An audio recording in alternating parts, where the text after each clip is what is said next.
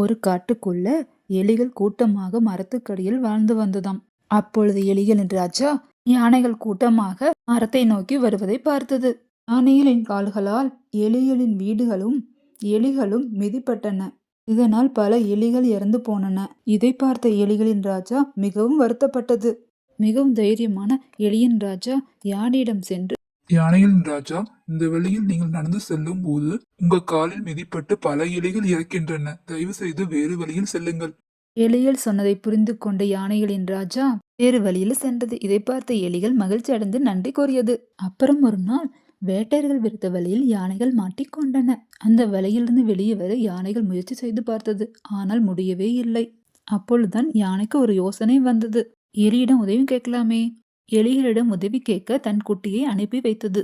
யானை குட்டி எலியிடம் சென்று உதவி கேட்டது.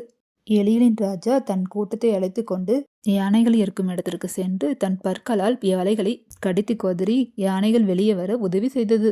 யானைகள் எலிகளுக்கு நன்றி கூறியது.